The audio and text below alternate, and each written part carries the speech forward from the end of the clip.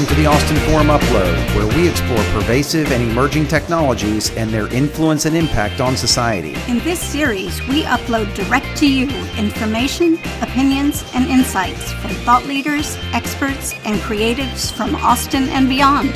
They'll share their perspectives through conversations, interviews, debates, discussion, and more. I'm Jay. I'm John. And I'm Julie. And we co-produce the upload for the Austin Forum on Technology and Society. Today we're going to talk about artificial intelligence and why other people are talking about it so much. Joining me today to talk about AI are two wonderful examples of human intelligence. First, Paul O'Brien, founder and CEO of MediaTek Ventures and general media technology extraordinaire and evangelist. And also Byron Reese, CEO of GigaOM and technology expert, analyst, and author. Thank you for joining me today. Good to see you guys. So happy to be here. Welcome to the studio, Byron. Thank you. Cheers, Thank you. cheers. Nice. And welcome to the Austin Forum Upload. We're really pleased to have you both here as we launch this series that we hope becomes a staple of people's listening. Byron, you have your own podcast series. Do you want to mention that? I have a podcast called Voices in AI. It's an hour-long discussion. It's very boring. If you're not into AI, do not listen to it. But if you are, it's two people spending an hour deliberately, slowly talking through the issues. Well, hopefully after today, everybody will want to go listen to that podcast. But you also have a new book out. So do you want to mention the book? I do. I have a book called The Fourth Age, and it's subtitled Smart Robots, Conscious Computers, and the Future of Humanity. And I wrote it because I was intensely curious why so many people had such different opinions about artificial intelligence. And I really kind of wanted to get to the bottom of that because they're all, smart, informed people. And yet you've got people who say it's going to, enslave us all. And you have people who say that's hogwash. And I really wanted to understand where they part ways. So let's talk a little bit about AI and just a working definition that each of us uses when we talk to people. And then we'll talk about that divisiveness. So how do you describe AI, Byron? When you talk to people at the coffee shop or your friends or what, how do you describe what AI is? Well, it's a fantastically useful term except for two problems. There's a problem with the word artificial and a problem with the word intelligence. Yeah. And the person who coined it, McCarthy, later regretted it. So it has a long history of being kind of a maligned term and concept. I bet he wishes he trademarked it, actually. There you go. Yeah. And at root is the problem that we don't have a consensus definition on intelligence, which is interestingly not all that surprising. We don't have consensus definitions on life, on death, on any of these other big concepts, but we don't have one for intelligence. And we don't even agree on what sense it's artificial. Is it artificial just because we made it, or is it artificial like artificial turf isn't really turf? It isn't grass. It just looks like it. Is it something pretending to be intelligence? So but putting all of that aside, the lowest bar for AI are systems that respond to their environment. So your sprinkler system that comes on when the lawn is dry, it's an AI. It responds to its environment. And the highest kind of bar are learning systems that as you use them, like a Nest thermometer, it learns about you and it changes over time as more data is fed to it. It learns about you, and so anything within that broad band is fair game to be called AI. Now, what people often mean by it now is machine learning, which is a technique, a kind of way to build AIs. I love your definition because it already strikes at the heart of why I think there's some divisiveness in the community, and it's that your low bar, in my mind, is something I really struggle with. That low bar to me is just a scripted set of programmatic actions, right? And it might be artificially intelligent. It's a fabricated kind of intelligence. So I get it. Maybe we can call that AI.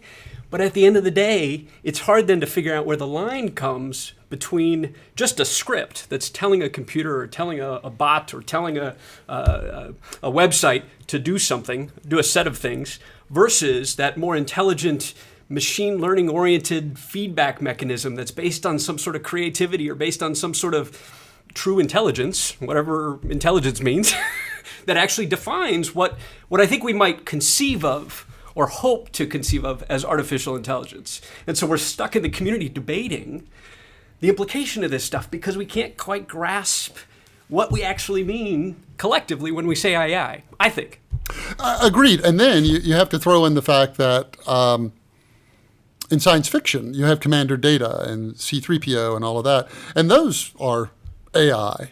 And so when you have a term that's used, broadly from, Westworld and Commander Data all the way down to your cat food dish that refills it when it's empty, then therein lies a lot of the problem, that all of that can be called fairly AI. Right. And it also speaks to why so many companies pitch them, when they're raising money, pitch themselves as AI companies, because nobody can look at you and say, no, you're not. Oh, sure. Right. I think you hit on a key point, though. It's the concepts of AI have been around for decades, but it's only in the last few years that it's become a tremendous buzzword. And as you just said, companies are putting it in the description of what they do because people can't necessarily say they aren't doing it if they're building something that simulates some kind of reasoning in some way. But you hit the nail on the head with machine learning. That's really been the transformative capability, and in particular, the subfield of deep learning and the ability to finally do something useful with all this fuzzy data out there that people knew how to do something with, and now machines are learning how to do something with. And I guess the canonical example is recognizing images in pictures. And we don't know how to write. Paul, you were saying at the simple level, it's these scripts and simple programming. That's explicit programming. And in the old days, we would have called that symbolic AI or expert systems. But Sure. this new trend of machine learning, instead of programming rules to analyze data better and better and better,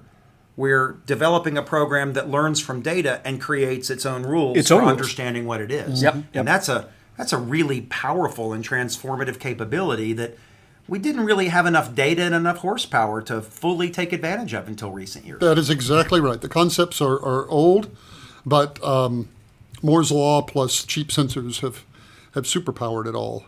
Yeah. Now, so can I ask a question out of some ignorance? Talk to me for a second about the ages that we're positing that we're entering this fourth age in which this distinction of AI is more clear or becomes more clear. Yes. What talk to us about the first three ages. What are the ages that led us to where we are today? It's unfortunate that there's several other books that are the fourth whatever, and they divide the world up differently. And so this is just my own classification. But I posit that in the past, what is technology? Technology are things that multiply human ability. You can do more with technology than with the forklift. You can move more bricks and all that. And there have been 3 times, I think, in the past that a new technology has come along that is so profound that it just changes everything, like physically changes us, changes the course of human history. And oftentimes these technologies have come in bundles together. And the first one, I think, happened 100,000 years ago, and that's when we got language and fire, two joined technologies, by the way. Because we could cook food, we grew our brains, we increased our caloric consumption, we grew our brains, we got speech. And boy, once... I love that part of your book, by the way, because I feel like it justifies eating more food. There you go, exactly. Bigger brain, I feel like more food. Smarter yes, the more I eat. It's actually true. It is true. The second one, in similar fashion, was agriculture, which gave us the city, because you could stay in one place. The city gave us a division of labor. It gave us organized warfare, by the way. And the division of labor gave us everything we have today. Like, you specialize, you specialize, you specialize, and we all live better off. The third age, I think, is when we got speech. When we got writing, which allowed us to outsource our memories, which came at the exact same instant that we got the wheel. We would somehow make it to the moon before anybody thought to put a wheel on luggage. But that aside, when you have language, and when you have writing in the wheel, you have everything you need for a nation state. And because both of those things happened 5,000 years ago, all around the world, 5,000 years ago, you got nations that just emerged out of nowhere. It's amazing. In Mesoamerica, Mesopotamia, the Indus, the Po, all over the world. And so I think that these 2 new technologies I write about, robotics and AI, are of that same caliber. If fire kind of let us outsource digestion and writing lets us outsource memory, AI lets us outsource thought and robots let us outsource action. And the question I'm interested in is, well, if we're outsourcing our thought and our action, what are we? What's human at that point? What does that mean? Sure. So we're going to get to that, but there's something you wanted to talk about that we talked about before the podcast began, and that was the difference between narrow uses of AI and a more general AI. So yeah, I think we all know of specific examples of artificial intelligence in our daily life, even if it's something as confoundingly frustrating as something like Siri, for example, that you wonder sometimes, why can't you be a little smarter, Siri? Why don't you understand what I'm asking? But we come across these in our daily life, but they're special purpose AI. So do you want to talk a little bit about your... Sure. So I think it's a super important distinction that general AI, most people don't think general AI is just a better narrow AI. So to be really clear, a narrow AI is a computer program that can do one thing very well. Your spam filter can filter spam. Your GPS program can route you through traffic. It can do one thing, but don't ask it, what you should have for dinner or where you should, whatever. A general AI is a theory. It's an idea. It's something nobody knows how to create. If you ask people in the industry when we're going to get it, they will say between 5 and 500 years, which that's indicative of something. And it is an AI that's as versatile as a human. It's like MacGyver. It's like the AI MacGyver. And if you ask it to balance your checkbook, it'll figure it out. If you ask it to make a cup of coffee, it'll figure it out.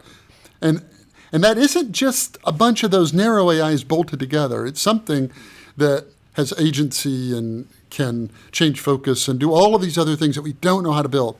And the challenge to which we were alluding to earlier is that when you hear AI mentioned, like when Elon Musk says he's, hopes we're not just bootloaders for the AI, but increasingly thinks we are, he's not talking about your spam filter going rogue. He's talking about a technology we don't know how to build yet.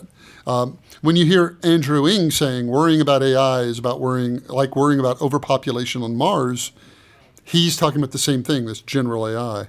And that distinction that these are potentially unrelated technologies that just happen to share this word in common, I think is a big deal. So when you hear people say you should be afraid of it, most of the time they mean general AI, which we don't know how to build, or they mean, narrow AI taking jobs away, which is a whole different thing. Well, or sometimes they mean narrow AI is applied to warfare and the ability to get so good at executing that's. But when Stephen Hawking said, this it may be our greatest invention, but it might also be our last, he's talking about general intelligence. When Bill Gates says, I'm one of the ones that's worried about AI, I don't understand why more people aren't, he's talking about general intelligence. When the OpenAI initiative is trying to say, how would we make a safe AI, they're talking about a general intelligence. And so I think that sometimes gets lost that we're talking about a theoretical technology that if somebody knows how to build it, they sure haven't demonstrated it. And there's a small group of people who don't believe it's possible to build it. What's driving the lack of distinguishing that in the community, in society? Your explanation of it's easy to grasp and understandable, makes perfect sense. It correlates to the point that I was making about whether or not your smart sprinkler is actually AI, even though they use the word. No, maybe it's a narrow AI.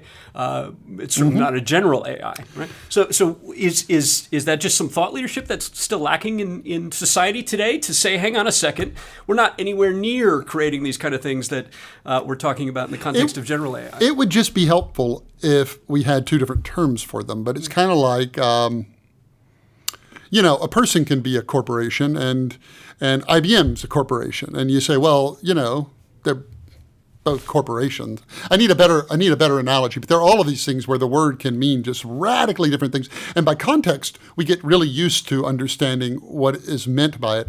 In this one, we don't. When the headline screams, Elon Musk says fear AI, that's what people hear. And then they hear, advances are being made in AI. And then those two things get linked up and then you get this fear and angst about and all the rest. Well, you get this fear, but it also feels like it's stifling the potential to a tremendous degree because you get folks like myself who are excited about the practical applications of AI today.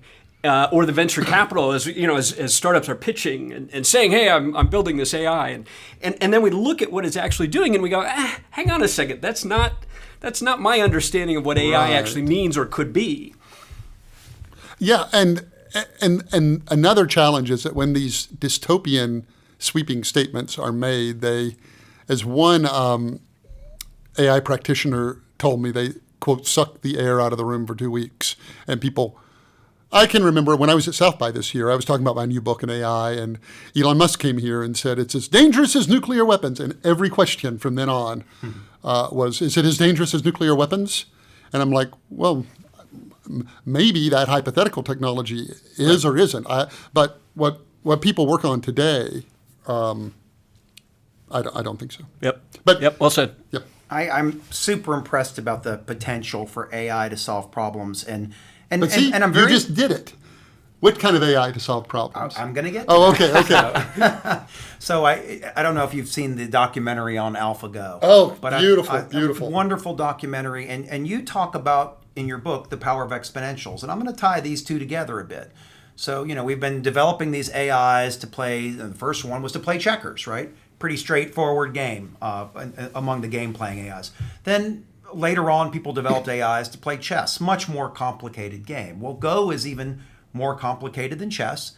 And you could see in this documentary that while this team of people was developing the AI, and they weren't sure that they could beat the grand champion of the world. And the grand champion was confident it couldn't. And you got this sense that humanity really didn't believe that it was going to ever, beat the, I guess, level 9 grand champion Lee Sedol, or whatever his level was. And it beat him 4-1. And the new version of AlphaGo Zero, beat the old version 100 games to 0. And so we went from a crossover of thinking these things will probably never be as good at this task as us to we will never beat this in this ever again. It's done. It's better than us in this. And then they've trained that to play other things and do other things. So like you said, it's not a general AI, but the rate at which they're getting more powerful in specific things, and they're adding the number of those things. So like you said, it's not a general AI to be better at one thing. Being better at 10 things doesn't make it a general AI. But it is, I do see why some people are nervous, because they do get better exponentially, and we don't. We stayed the same. I think I wrote in my book that it advances at the speed of light, and we can only advance at the speed of life. And that's, I can remember when I was in elementary school, I learned this folk tale about John Henry. Old John Henry told his captain. And it was about this man who punched holes in rock to put dynamite in it. And then they made a steam version. And he said, I'm not going to. And before the steam drill beats me, I will die, hammer in my hand. And so he goes one-on-one against this machine, and he beats it, but he dies in the process.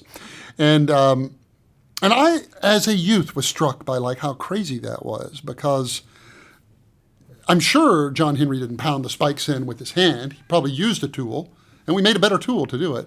And that just because we're not as equally dethroned, it seems, when things are stronger than us. I think you're right that the concern comes in when all of a sudden they seem to be smarter than us. They seem to be smarter. Because, and Elon Musk said this, he said, we have our preeminent place on the planet because we're the smartest thing on it. If we're no longer the smartest thing on it, then we won't anymore. And I think that really captures it. The thing about it, though, is that AlphaGo, can't tell you what to give your significant other for your birthday. You know what I mean? They had this kind of, in a way, we should be no more bothered by that than the fact a calculator can compute pi faster than a human. It's like, great, we shouldn't be doing that. And so I don't get it. But boy, you could tell in that documentary that there was this, even among the team that built it, there was all this conflict that somehow something was lost when it won. And then that one victory was enough. It was like, okay, we still can at least put in a showing. But as you said, we're used to having tools that do things better than us. Mm-hmm. It's when the tool appears to think better than us that we begin to get a little scared. I don't think machines think. I'm with you on that. And I also personally don't think they're intelligent. I think that they're artificial and that they mimic intelligence. There was one of the moves that was made in the second game that was called a creative move, and even AlphaGo said only 1 in 10,000 human players would have thought to make this move. And Lee Sedol, he just stared at it and he said it was brilliant. It was a beautiful move and all of that. And so the question is, that was the moment they started talking about AlphaGo's creativity. And so the question to ask is, was AlphaGo really creative, or did it just mimic creativity? And is there a difference between those two things? Well, I think this gets to the general topic that you brought up earlier, which is, why is there so much divisiveness on this? If there's so much hype around the capability of AI now because of machine learning and deep learning, and there's general agreement on them being transformative capable. Your book is about this in part. There's so much agreement on the potential of them, but there's a lot of divisiveness on the risks and even on the extent of the prospects. I see it every day in the media where people will poo-poo the latest AI advances in healthcare. There was an article recently about, I won't say any vendors' names, but one vendor's AI initiative in healthcare actually making some bad predictions of treatments for a certain medical condition. So there seems to be general agreement on the power and wide range of opinions on how far that capability extends positively, as well as the degree of risk from it. So why are people all in agreement about the near-term potential, but all over the board about the future success and risks? Fantastic question. I mean, let's bifurcate that into two parts. One is that there's some people who are legitimately worried that it's going to take jobs, that you're going to be able to automate things to a point that there will be certain humans that cannot compete with machines in the labor market, and that all of that. So draw a big circle around that, because we can come back and talk about that. The other difference, though, the reason you get these kind of divergent views on general intelligence and can we build it and is it a good thing, I believe all come from not because these people know different things, but because they have different beliefs. And I think a lot of it boils down to a single question, which is, what are humans? And I can make it multiple choice. The first option is that we're machines, and nothing happens in you that isn't a chemical reaction and electricity. It's a physical process. And if that's true, then it stands to reason we can build a mechanical person, and we can make that mechanical person better. The second choice you have is that you're an animal, which means your body's mechanistic, but you have this thing called life, which we don't have a consensus definition for, and we don't fully understand, and that makes you different. And those people believe probably computers can become alive. Digital life is a thing. And then the last group of people don't believe that we're human beings, and we all agree we're human beings, but they say, yes, we have life, yes, our bodies are mechanistic, but there's something different about people. And it may be that we're conscious. We experience the world. A computer can only measure temperature. We can feel warmth. It may be that we have a soul. It may be that we have who knows what, but there's something fundamentally different about us that isn't mechanistic. And that those are the people who say, no, this is not something that we can build. We can't build a mechanical person. And so I think that's where I can remember when I was writing The Fourth Age, and I talked about people who believe we're machines. My editor, the editor in New York, writes in the column, yeah, but does anybody in the world really believe that? And I wanted to say everybody I know, like everybody in the Bay Area believes that. They have a mechanistic view of the world. And 90% of the people who come on my show say, we're machines and we're going to build a mechanical mind. So on that question, it isn't demonstrably provable at this point. So people either say, no, I'm not a machine, and therefore you can't build a mechanical me, or I am a machine and we'll make a better one. There's got to be something to the idea that it's that creative aspect that we've touched on a little bit, that there's an element of creativity that I might argue might define what is required in actually having a general AI. That when AI truly exists, at least in my mind, we might be able to look to it as a way of solving these concerns that we have, of solving the risks. Here's what I mean. Narrow AI and your point about technology. Will technology replace jobs? Yes, of course it will, unequivocally. It always has. Always has, right? The auto industry, right, has replaced jobs by putting technology in place, right, by putting robotics in place. So of course, whatever AI might be, it's going to do that. How do we know when it's actually intelligent? When we might be able to look at AI and say, now that you've replaced our jobs, AI, what do we do about it? What are you going to do about it? How are you going to take care of the fact that we need to have an economy? We need to provide food for ourselves. We need to have some form of labor in place so that we're productive as humans. Or maybe we don't need to be productive as humans. To your point about data, we can talk about the theory of the Star Trek economy. And when we can actually manufacture everything we can conceive of on demand, we don't need to work anyway. So what do we need labor for? That is the transition from narrow AI to general AI, in my mind. It's that creativity that makes us human, that enables us to amalgam history and art and language and technology in a way that machines, at least as best as we can imagine, machines simply can't yet. I would agree. Creativity is a good thing to fall back on. People who would argue with you would say, well, AIs are already writing versions of Bach that an audience can't tell from real. They can turn photographs into paintings that look like Van Gogh's. But those, they can write news articles based on facts, but those all feel like gimmicks at this point. Agreed. You don't have the AI Banksy going out and putting, graffiti up. You don't have the AI Lin-Manuel Miranda writing the AI Hamilton. You don't have the AI, writing Harry Potter. But everybody I know would say, yep, that's just mechanistic. Your brain's mechanistic, so creativity's mechanistic, so we'll figure it out, and then we'll make AIs that are more creative than us. Well, I think we've all seen examples of AI created art. And certainly when there's algorithms at play, I believe it's a bit more calculational too, what they have succeeded in. You mentioned the music example. I've heard some great examples of AI-derived music, but music is mathematical, and you give it enough examples of other, symphonies and pieces, and it can use its own model to analyze all those and create something that falls within that. But so far, when you look at the language examples, for example, AI-derived poetry, or scripts. Yeah, only those are horrible. Yeah, I know. So now, do I believe they will stay horrible? No. As they consume more and more examples and ratings of those examples and what was good and bad about those examples, they'll get better too, but it's still training them with data as opposed to a truly original thought. Well, and that, I think, is important. Yeah, that's going to be the question, because the single underlying assumption of machine learning is that the future is like the past. We train it on data about the past, and we project that into the future.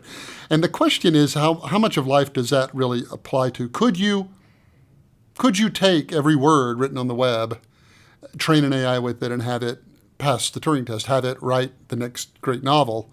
I don't see any evidence of that. I really don't. But there's more than a majority of practitioners in the field who think, yep, that's just AI. That's just machine learning.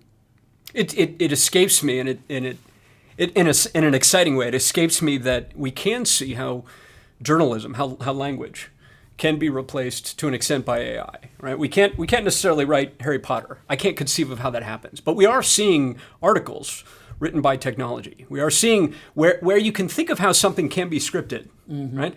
Give me the following words in the following order, cover the following topics. You can see how we can replace certain jobs. And I think music's a wonderful example of it, because we can teach a technology melody, right? We could teach it what sounds appealing and attractive to the human ear. And we could certainly teach it notes, because that is just mathematics. But then add the language to it.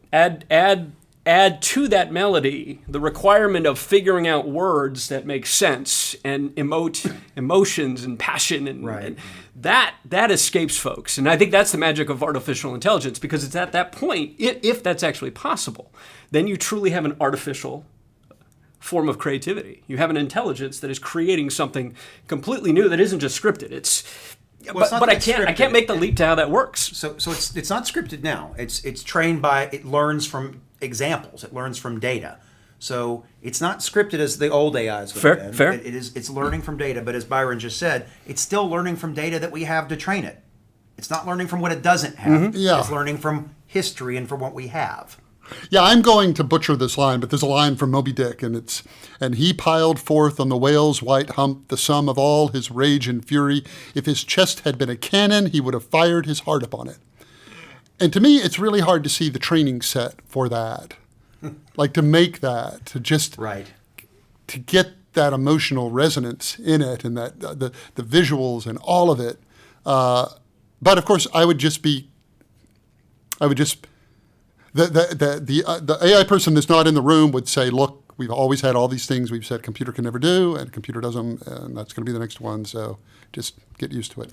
Yeah, hate to ever rule out the possibility, right? For example, that phrase you just quoted will be part of the corpus of training an AI how to write novels. And so it might, I can imagine a future in which currently the language seems to be the really hard one, language that is clear and emotes and tells a great, long, complex story. But I can imagine that getting better. But it appears we're a long way from it now. And poetry in particular is one that is another great example of actually they're how is it really going to make funny, that leap? but they're creative in a different way. Sure, yeah. So I want to tie two of these threads together that you two have talked about. You've talked about creativity, and you've talked about where humans fit in this in jobs. And it strikes me that there's an intersection there that maybe more and more of our jobs have to be on the creative side instead of, as we have AIs and robots, as you talk about in your book, Byron. Maybe they do take more and more of the labor-oriented jobs. Does that mean that we see a significant shift in our economy to jobs that leverage what's still unique about humans? Well, I'm bullish. I believe that if a machine can do a job, that is a bad job. And if you make a human do that job, there's a word for that. That job is dehumanizing. Because if a machine can do it, it requires nothing about you that makes you human. And we have a long history. And if technology does one simple thing, increases productivity, and here, let me start this way. In this country, in the United States, we've had 250 years of essentially full employment, 5 to 10% unemployment that whole time, other than the Depression, which wasn't caused by technology. And we've had a high standard of living, a rising standard of living, and we've had technological innovation on par with artificial intelligence. We had the electrification of industry. We had the replacement of animal power with steam. We had the assembly line, which, by the way, is a kind of artificial intelligence, a frightening kind that if you were a craftsperson and you saw that and it made better stuff cheaper with untrained people, that's like... So we had all of these technologies come along and unemployment never went up. Electricity comes out, unemployment doesn't go up. And so you say, well, what happens? Well, what happens is that people take these technologies and they use them to make higher paying jobs. And that is because they use more technology, it increases their productivity and wages rise and unemployment is full. So I don't believe that we can, quote, run out of jobs or the AIs can take the jobs. We'll simply use those technologies to make better jobs. Now, what is the nature? Also, I would go so far as to say that I've tried to figure out the half-life of a job, and I think it's about 50 years, say 40. Every 40 years, half the jobs vanish. Between 1850 and 1900, a lot of farming jobs vanished. 1900, 1950, they did. 1950 to 2000, a lot of manufacturing jobs vanished. And so that's a normal thing to happen. And I don't have any reason to believe that it's moving any faster or slower than that right now. I will say that it isn't just I have on my website, byronreese.com, a test of 10 questions that you can run any job through and it will score it.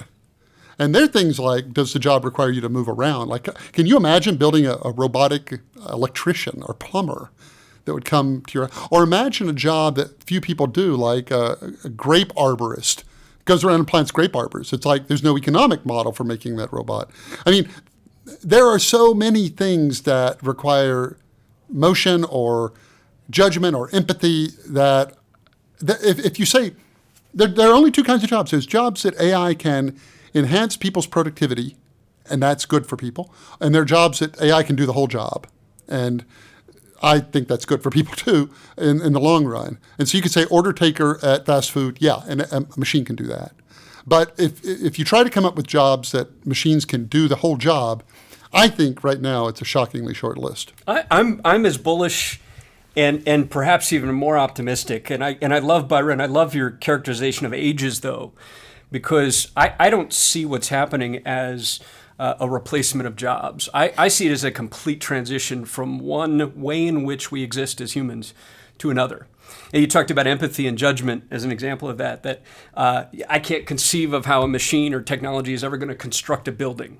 Why? Because at the end of the day, an individual there needs to make a judgment about whether or not to put the nail here or there. Simplifying the point, or plumbing is a good example, right? That I can't see a robot coming in and fixing my toilet because it needs to assess what's wrong with it, and frankly be creative about the right solution for that kind of thing. And so it's actually that the way in which we work is completely changed. We went through an age in which we were all effectively a part of the working class. And we were in construction, we were in agriculture, we all had to provide labor, traditional working labor to construct, to build, to provide things.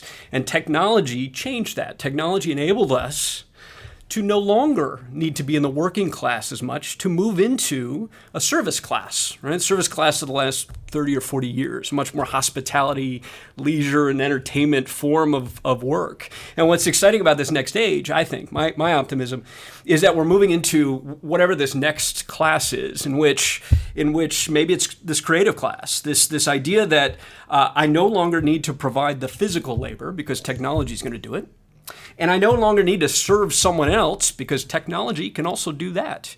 Now I can explore my own personal passions, be those art or music or language or coding or writing. We're moving into this age in which that idea of judgment and empathy is in fact what I think distinguishes this human intelligence from artificial intelligence. And it's something that I still struggle to appreciate whether or not artificial intelligence will ever be able to accomplish that. Be creative, be empathetic, provide this level of judgment that only humans can. It's almost as though this fourth age is the true golden age of humanity, because it means we can be ourselves and not have to work and provide labor just for the sake of sustaining ourselves as humans on this planet. I agree, but I would like to make a prediction, a dangerous thing for a futurist to do. Maynard Keynes wrote in 1930-ish, he said in 100 years, real GDP will be up eightfold. And average person will only have to work 15 hours. And we're coming up on 100 years. And he was right about the growth of GDP. But I posed a question we've all asked ourselves, which is, we have all this stuff that's all supposed to save us time. Why am I still working this hard? And so why aren't we working 15 hours? And I believe that the answer to that is that you actually could work 15 hours if you're willing to live a 1930s lifestyle. So you get no air conditioning, you eat out none, you don't have medical insurance, you don't go on vacations, you live in 600 square feet, you grow much of your own food, you probably sew some of your own clothes, and you do all the rest. And if you wanted to live like that, and people do, you could work probably 15 hours a week and support that lifestyle. But we didn't want to. Most people didn't. Most people said, no, I'm going to work 40 hours so I can, so in the future, I believe that even when all of what you say comes to pass and standard of livings are up, people will be like, well, I kind of want a house that floats, and I'll stay late at the fusion reactor, to get that. And that, because Keynes actually posited what he missed, I think, is that he said human needs are finite, but it turns out human wants are not. I was going to say that exactly.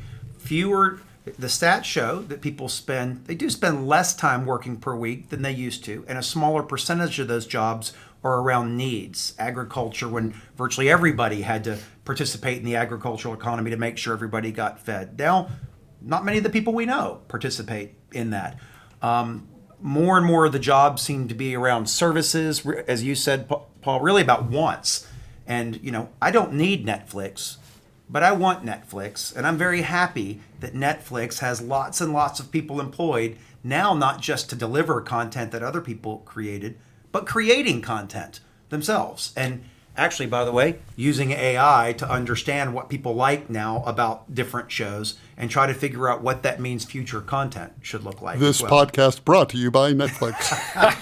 It's fascinating that... Maybe I should have said my favorite streaming provider. Yes, fill in the blank. Yeah. It is fascinating to me that I think we are seeing, though, that transition. That not only could we choose to work less, but we in fact are seeing it. We're seeing companies say to employees, look, I only need you for 10 hours a week. We're seeing a greater percentage of the working population become freelance or fractional.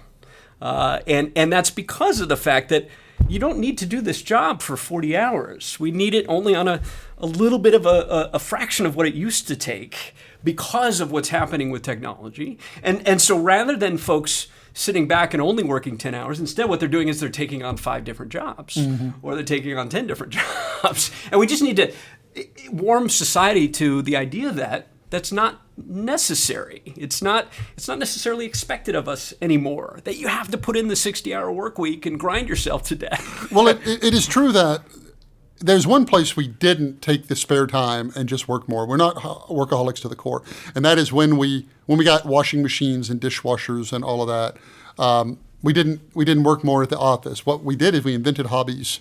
The average person could have a hobby because they didn't have to haul water up from the well. Right. Well, I think we're all quite bullish about AI, and we all see some limitations, but lots and lots of opportunity. So I'm going to close with 2 questions. I'd like you each to tell me what you fear most about AI, if anything, if you have any fears at all. And then we're going to come back around and ask a positive question after that. So Byron, we'll start with you. What do you fear, if anything, about AI? Well, I do. I mean, I'm an optimist to the core, and I'm a techno-optimist, and I embrace that. But I'm not blind to the dangers of the technology. AI can be used by governments to invade people's privacy.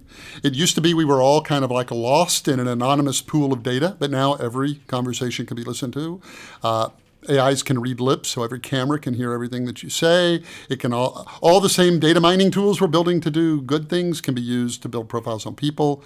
So I think it has real implications with regard to individual liberty. It somehow increases asymmetry. The power of one or a small group of people to do great harm tends to go up when you build these more complicated systems.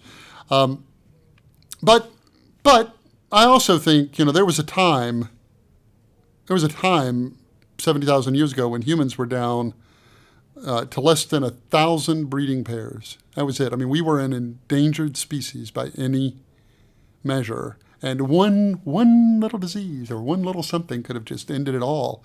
And yet, I can't believe we made it through all of that to here, and that's what's going to get us. So I'm optimistic that, we'll see it through, but it's a technology that can be misused and will be misused. My fear might be a little nearer term, and what's driving the concerns we have with regard to labor. And it's that, to me, it's not about privacy, because even your point about 70,000 years ago, there were only 1,000 of us.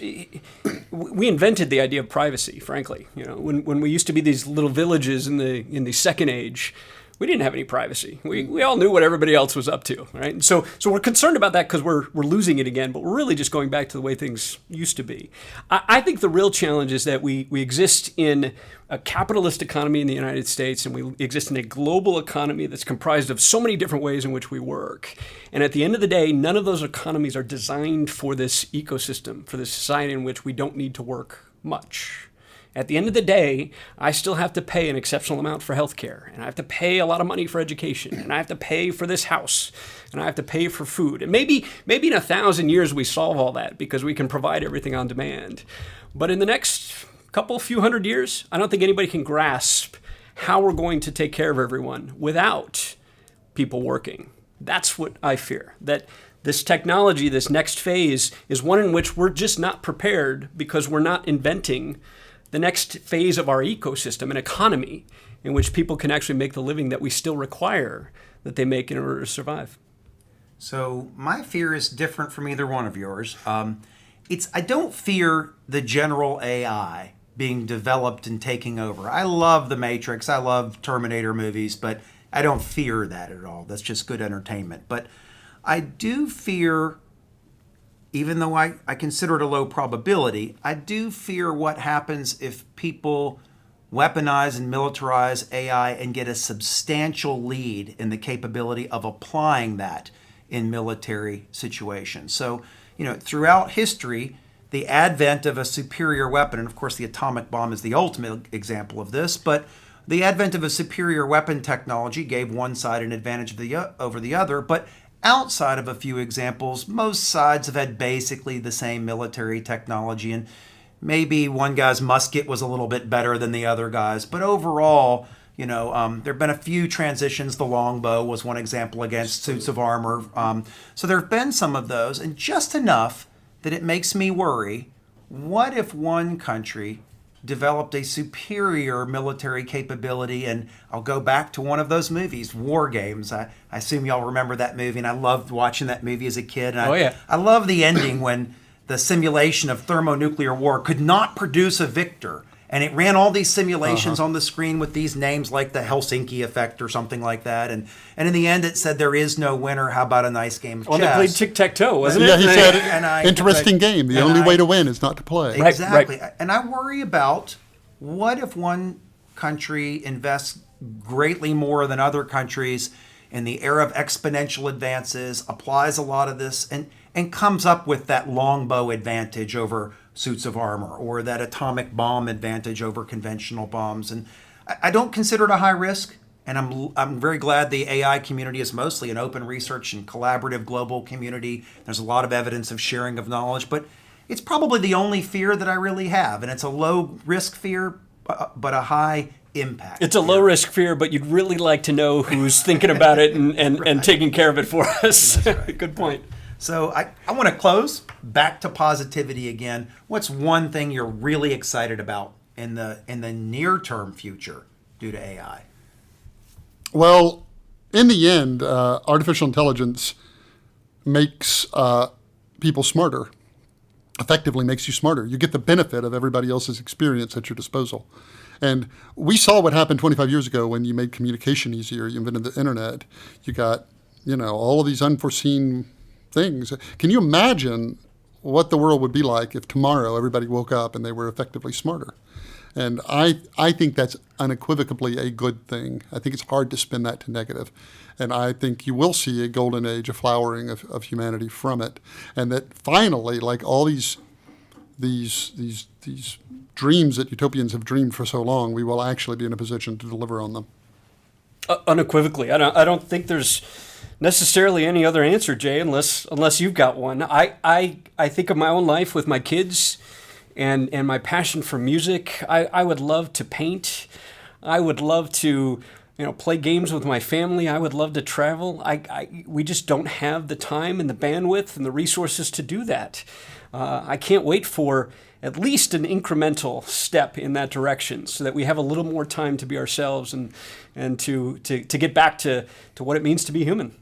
I love both of those answers, and I think the enrichment of life is a wonderful thing that we will get from continuing advances in AI.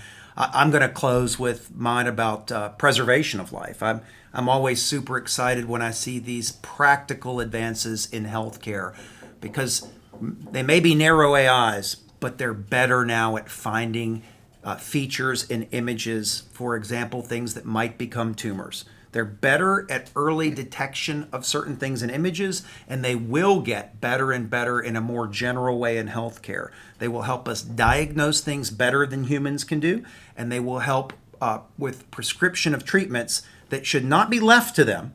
You need expert doctors that talk to patients and get data out of them that maybe doesn't come through in a test result somewhere, and that know how to interpret the possible outcomes and treatments and apply it. But as Byron said, it makes the doctor smarter. And so it makes the technicians better. And I'm really excited about of course, being middle-aged, I never want to die, right? You never want to think about being in the second half of your life. You want to forever think you're in the first half. And so I'm very excited about the advances in healthcare that I hope are coming. And I really don't believe my daughter will die of an undiagnosed illness. I have ultimate confidence in the advances in AI and healthcare to ensure that if she gets anything bad, it is diagnosed and it is treated effectively. So that's my hope. The future is brilliant. Yes. Excellent hope. Wonderful hope. Thank you, too, for joining us today. This was a great conversation. I hope we get to have this conversation in an ongoing fashion in the future. Byron, congratulations on the book. I love it. And I hope listeners to this edition of the Austin Forum Upload will tune into Byron's podcast to learn more and more about artificial intelligence. Thank you, Byron. That was a great... Jay, appreciate it. Great fun. I'd love to come back. Thank you. Thanks for listening to the Austin Forum Upload. You can listen to additional episodes and check out a schedule of our monthly in-person events at austinforum.org. The Upload is a production of the Austin Forum on Technology and Society, a nonprofit organization here in Austin, Texas.